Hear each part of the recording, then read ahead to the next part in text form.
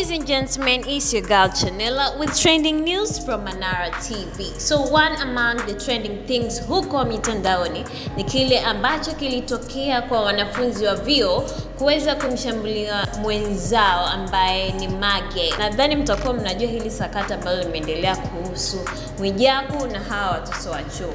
Sasa chanzo kikubwa kikidaiwa kwamba kuna wivu wa mapenzi kati yao kutokana na Mwijaku kuweza kutajwa sana kwamba yeye alikuwa kwenye mahusiano na mabinti hawa wawili. Sasa taarifa ya kwamba jambo lao liko wapi ni kwamba sasa hivi lipo chini mwa mikono mwa polisi.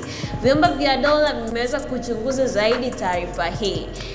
Na watu mbalimbali wamekuwa wakijiuliza kwamba ni kitu gani ambacho kinaendelea. Yaani watu walikuwa wanataka kujua mwendelezo wa hii taarifa, maana hili ni jambo ambalo sio zuri, na tumeweza kuona jinsi ambavyo watu mbalimbali wameweza kuhuzunishwa sana kutokana na vitendo vya ukatili ambavyo ameweza kufanyiwa yule binti ambaye anafahamika kwa jina la Mage, ambaye alifanyiwa hivi pamoja na Mary akiwa na kikundi lake kuweza kumshambulia binti huyo.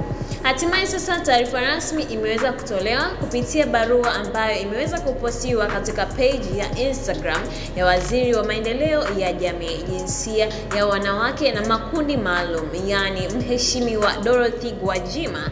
Ameweza kutoa taarifa hii kwa umma kuweza kuelezea kile ambacho kinaendelea kutokana na watu wengi kuweza kuhoji imekuwaje. Barua imesoma hivi kuhusu mabinti wanafunzi wa vyuo vikuu waliomdhalilisha binti mwenzao. Dar es Salaam tarehe 23 Aprili mwaka 2025.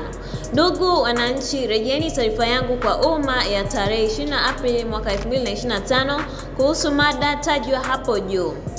Jeshi letu la polisi linaendelea kutimiza wajibu wake wa kisheria kuhusu kuwahoji wahusika wa tukio hilo. Aidha, kwa upande mwingine, jamii nayo imeendelea kuhoji mbona aliyetajwa kuwa ni Mwijaku hakamatwi. Ndugu wananchi, napenda kuhakikishia kuwa Mwijaku aliyetajwa kwenye video za mgogoro wa mabinti hao naye atahojiwa kwa mujibu wa sheria, na baada ya hapo wizara yangu itaona nini ifanye kuhusu mustakabali mzima wa maadili ya jamii na nafasi ya huyo Mwijaku na wengine wote wenye nafasi zenye kuchochea kesi ya athari chanya au hasi kwenye maadili ya jamii.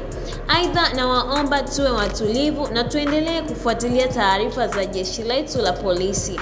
Asante kwa ushirikiano wenu. Atasaini Mheshimiwa Dr. Dorothy Gwajima, Waziri wa Maendeleo ya Jamii, Jinsia ya Wanawake na Makundi Maalum. Na baada sasa ya kupost hivi kwenye mitandao ya kijamii, watu mbalimbali wameweza kufurahi sana baada ya kupata mrejesho wa taarifa hii, kwa sababu ni kitu ambacho kimegusa jamii, lakini hata wengi wameguswa kwa ambayo yanaendelea. Hakika basi kabisa kwamba taarifa kama hizi ni muhimu ziweze kufuatiliwa and all of that. Anyways, hiyo ndio taarifa ambayo imetolewa na watu wengi wameweza kucomment kuweza kuuliza kwa nini mpaka sasa Mwijaku hajakamatwa. Wengine wameweza kushukuru kwamba hili jambo limefika katika sehemu salama.